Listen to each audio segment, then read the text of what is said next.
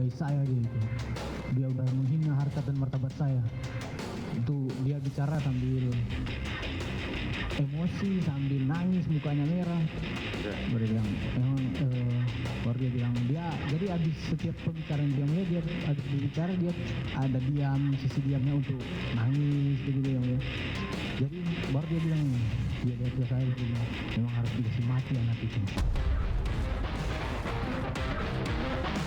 Ucapan Ferdi Sambo yang menyebut Brigadir Yosua pantas mati dikemukakan terdakwa Richard Eliezer pada sidang lanjutan Rabu 30 November.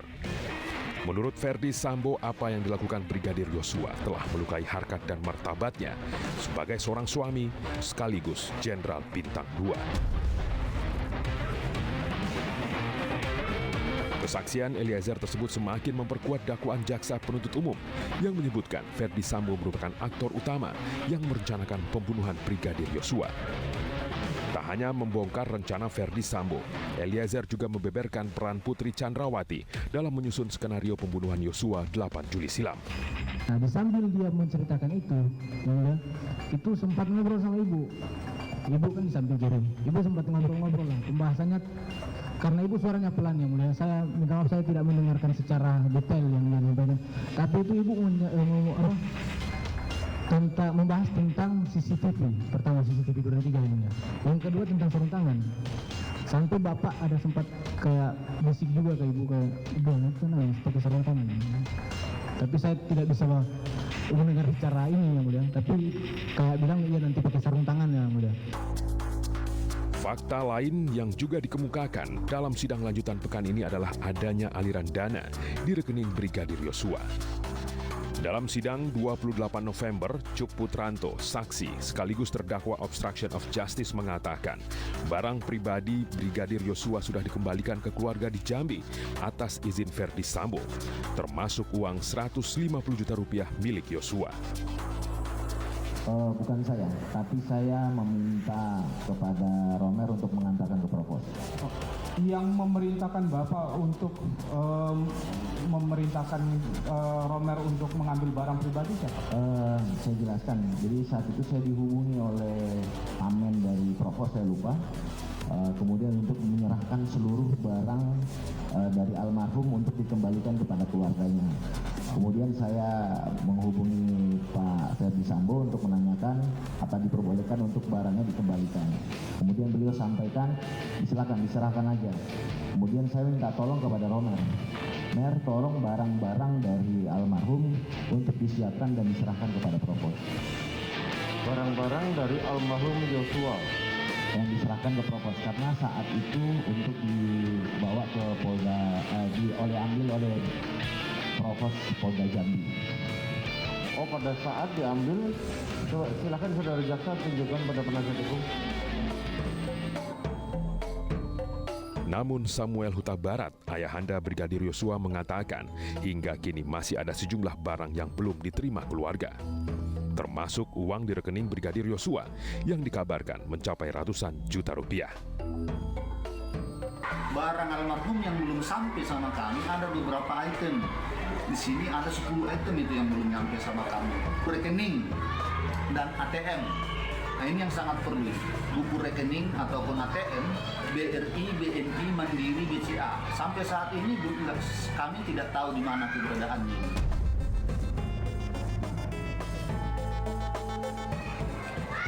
KTP, SIM, KTA. Nomor 9, PIN dari Kapolri. Waktu itu dia dapat PIN dari Pak Idam Aziz. Sebelumnya dalam sidang 21 November, terdakwa Ricky Rizal juga mengaku telah memindahkan uang sebesar 200 juta rupiah dari rekening Yosua atas perintah Putri Chandrawati. Benar untuk pemindahan rekening atas nama Yosua, yang setahu saya memang rekening atas nama Yosua itu juga untuk keperluan rumah tangga di Jakarta.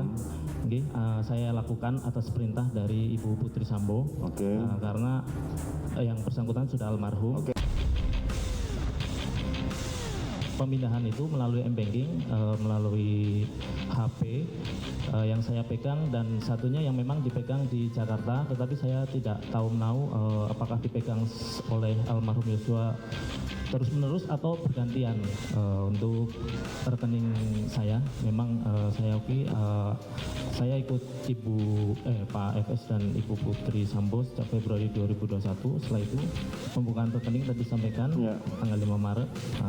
Memang atas nama saya, tetapi untuk keperluan rumah tangga di Magelang.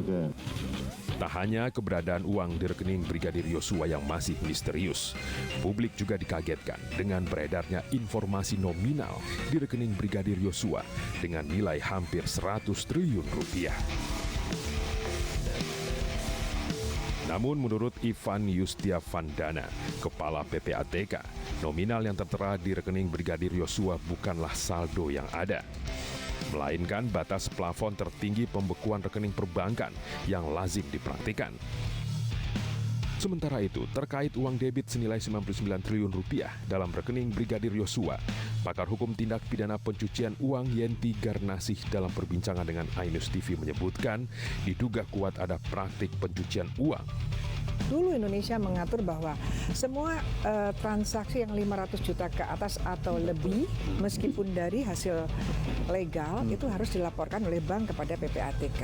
Atau transaksi berapapun yang tidak sesuai dengan profilnya dia, harus dilaporkan juga. Pencucian uang tuh yang paling modern sekarang adalah caranya mentransaksikan lewat bank. Maka muncullah tahapan pencucian uang melalui placement, layering, integration. Itu all of that itu adalah melalui transaksi-transaksi yang berlapis-lapis, and then keluar negeri dan sebagainya. Nanti kembali lagi itu namanya integration.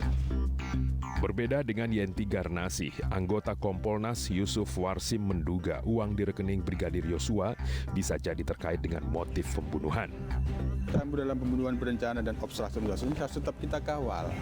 Kaitannya dengan uang-uang yang ada kaitannya dengan Brigadir Yosua itu perlu menarik untuk didalami. Jangan sampai jangan itu ada kaitannya dengan motif. Pelecehan seksual atau aliran dana yang menjadi motif pembunuhan berencana Brigadir Yosua masih menjadi teka-teki. Namun pengungkapan kebenaran dan penegakan keadilan bukan sekedar berdasar pasal. Di sana ada hati nurani yang akan menuntut pengungkapan tuntas serta hukuman yang pantas bagi dalang pembunuhan berencana Brigadir Yosua. Jadi jangan bilang Anda tidak tahu akan permasalahan ini, karena kami sudah memberitahukannya.